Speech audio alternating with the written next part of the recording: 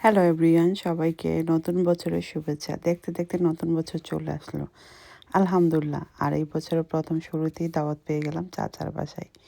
আজকের ব্লগটা শুরু করব দাওয়াত দিয়ে। প্রথমে রেডি হয়ে নিলাম, এই গেট রেডি উইথ মি এটার ভিডিও চলে আসবে। তো যাই হোক, তাড়াহুড়া করে আমার সবসময় বের হতে হয় বাসা থেকে, আর কথা বলার চান্স থাকে না। যাই হোক, গাড়িটা দেখতেই পারেন কত ময়লা পড়ে আছে।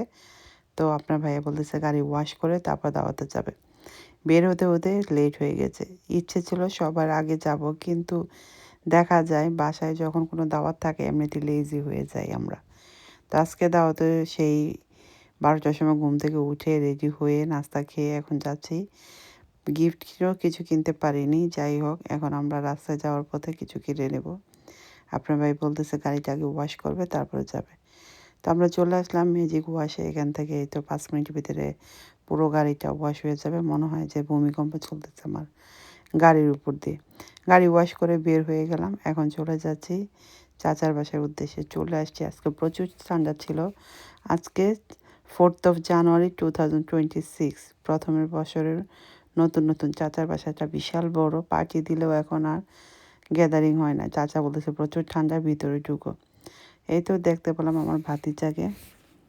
এসে দেখি আম্মা চলে আসছে, আমার আরেক ভাইগনা আম্মা, ওরা চলে আসছে। তারপর আমরা আসলাম, নিশিও চলে আসছে। এক এক করে এক একজন আসবে। আচ্ছা, এটা হলো চাচার বাসায় আরেকটা গেস্ট বেডরুম, যেটা কিনা নিচের রুমে খুবই সুন্দর করে চাচি ডেকোরেশন করেছে, দেখতে অনেক ভালো লাগতেছে। এটা অ্যাকচুয়ালি ডাইনিং করার কথা ছিল, বাট এটা চাচি বেডরুম করেছে গেস্ট রুম হিসেবে ইউজ করা যায়, যাতে আমরা বসতে পারি, শুতে পারি। আমার আম্মা তো এই বেড পেয়ে খুবই খুশি। নতুন করে সাজিয়েছে চাচা। আমরা আজকে দেখতে আসলাম উপরতলা। চাচার মেয়ে ও এক আপু আন্টি চলে আসছে। আন্টিকে সালাম দিলাম, বললাম আন্টি এসে বসেন। তা মিমি আপুর আম্মু, মাশাল্লাহ আন্টিকে সেই রকম লাগতেছে। তো আমার আম্মু একজন সাথী পেলো গল্প করার জন্য, আন্টিও একজন সাথী পেলো। আসলে যে যেখানে যায় সেখানে দেখা যায় তার মনের মতো মানুষ থাকলে ভালো লাগে।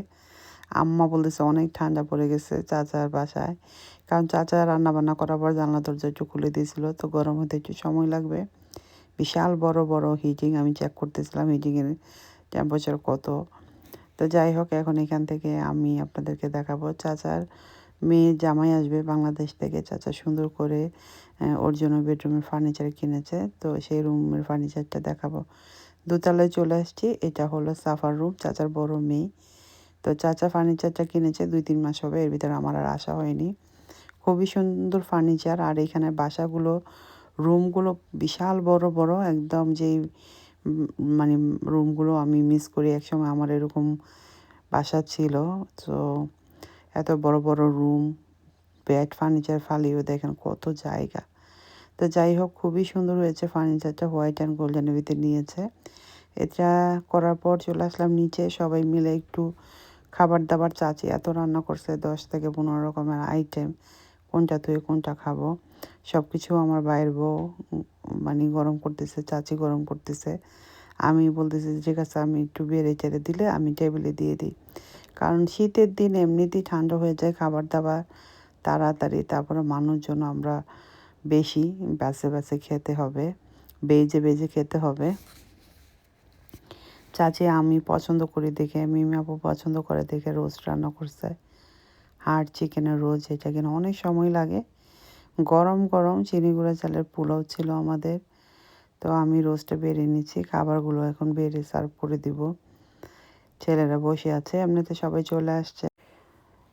এই দাওয়াতে আমার আম্মু আসছে, আমরা আসছে, আমার ভাই আসছে এবং চাচির এক ফ্রেন্ড আসছে। আমরা 4-5 ফ্যামিলি একত্র হলে আর কোনো কিছুই লাগে না। তো কয়েকদিন আগে আমার বাসায় ক্রিসমাসের পার্টি হয়েছে, সেই ব্লগটা এখনও দিতে পারিনি। তো আজকে ভাবলাম আপনাদের সাথে দাওয়াতের ব্লগটাই শেয়ার করি, এক একটা করে যাতে দেওয়া হয়, কারণ আগে পিছে হয়ে যাচ্ছে। ক্যামেরা অন করলে যেগুলো আগে আসে সেগুলো আগে দেওয়া হয়। তো আমার ব্লগটা একদম ব্যাকে পড়ে গেছে, এবং আমার ব্লগটা তো অনেক বিশাল বড় হয়ে গেছে। রান্না বান্না সব কিছু দেখাতে গেলে অনেক বড় হয়ে গেছে। 2-3টা পার্ট করে হয়তো আপনাদের সাথে শেয়ার করতে হবে। আমার আম্মা এসে দেখতেছে খাবার দাবার কীরকম হয়েছে। এখানে আমি সিম্পল কিছু খাবার রাখছি, আরও খাবার গরম হচ্ছে। হাঁসের মাংস ছিল, শুটকি ছিল, তারপরে আরেকটা মাছ ছিল, ডাল ছিল, গরুর মাংস আসে নাই, হাঁসের মাংস আসে নাই এখানে। তো এগুলো এক এক করে আসবে, তখন আর প্লেট রাখারও জায়গা থাকবে না। চাচি এত আইটেম করেছে। তো প্রথমেই আমরা কাবাব আর সালাদ দিয়ে বসিয়ে দিলাম রোস্টটা বাচ্চাদেরকে আর পুরুষদেরকে। খাবারগুলো একটার চেয়ে একটা মজা হয়েছিল, যে কোনটা থেকে কোনটা খাবো। এই কাবাব সেই কাবাবটা তো অনেক মজা হয়েছে, যা বলার বাহিরে। দেন স্বামী কাবাবটা অনেক মজা লাগছে। ছেলেরা খাওয়া দাওয়ার পর আমরা মহিলারা বসে গেলাম। আমার ভাইয়ের বউ, মা, চাচি, আন্টি, আমি, মিমি আপু, আমরা 5-6 জন মহিলা এই যে রোস্ট রান্না করছে। সবাই এখন দেখে দেখে রোস্ট নিচ্ছে রান। এই যে চাচি এটা ঘন ডাল রান্না করছে, অনেক মজা হয়েছে। আম্মু বললো আসলে এত খাবার তো একত্রে খাওয়া যায় না, একটু একটু করে খাচ্ছি। প্রথমে আমি ইলিশ মাছটা দিয়ে খাচ্ছি, তারপর রোস্ট খাবো, সালাদ খাবো। তো এক একজন করে আসতেছে, আমরা বসতেছি। খাওয়া দাওয়া শেষ করার পর আমরা সবাই লিভিং রুমে আড্ডা দিল, কেউ বেডরুমে আড্ডা দিল, যার যেখানে ইচ্ছে হয় সবাই টেলিভিশন দেখা, গল্প, আড্ডা। তারপরে চা তো হবেই। আমি বললাম চা খাবো, দুধের চা বানিয়ে দিল। দুধের চা খাওয়ার পরেই তো ডিজার্ট চলে আসছে। পুডিং ছিল, রসমালাই ছিল, দই ছিল, মিষ্টি ছিল, সবগুলোই হাতে বানানো। আমার ভাইয়ের বউ মিষ্টি দই বানিয়ে আনছে। চাচি চাচি পুডিং বানাইছে, অনেক মজা হয়েছে। মানে প্রতিটা খাবার। তারপরে তো ফুচকা চটপটি চলবেই, আমাদের এখানে আসলে এগুলি চলেই। আমরা খাওয়া দাওয়া করে বাসায় ব্যাক করতে করতে 12টা-1টা বেজে যাবে। তো ধীরে স্থিরে আমি ডোনাট নিয়েছিলাম, কেক বানিয়ে নিয়েছিলাম, সেগুলি সুন্দর করে নিশি সাজিয়ে দিল। দেখতে খুবই সুন্দর লাগতেছে, মাশাল্লাহ। সবাইকে একটা একটা করে নিতে বললাম, যার যার পছন্দ, স্পেশালি বাচ্চারা পছন্দ করে। রসমালাইটা দিলাম চাচিকে, রসমালাইটা নিশি বানাই আনছে, খুবই মজা হয়েছে। সাথে ছিল মিষ্টি দই। তো এই ছিল আমাদের ছোটোখাটো একটা ব্লগ দাওয়াতের। আশা করবো আপনাদের সবার ভালো লেগেছে। তারপর বাচ্চাদের চলে আসছে, ডোনাটের গন্ধ শুনে তো সবাই ডোনাট খাবে, ডোনাট খাবে। তানিশা একটা ডোনাট নিল, ওর পছন্দের ডোনাট। তো এখান থেকে মিমি আপু, তার ছেলে আর ফ্যামিলি ছবি তুলতেছে। আসলে এই স্মৃতিগুলি থাকবে সবাই যখন একত্র হয়ে, অন্যরকম একটা মজা। তারপরে বললাম যে আমরা টার্কি স্টিক খাবো। চাচির বাসায় আসলে চাচি টার্কি স্টিকটা বানিয়ে দেয়, অনেক মজা লাগে। টার্কি স্টিকটা খাওয়ার পর আমরা তারপর খেলাম ফুচকা চটপটি, সাথে আরও কিছু ছিল, লিচি মিচি ছিল, এগুলি ভিডিও এখানে আমি দেখতেছি নাই।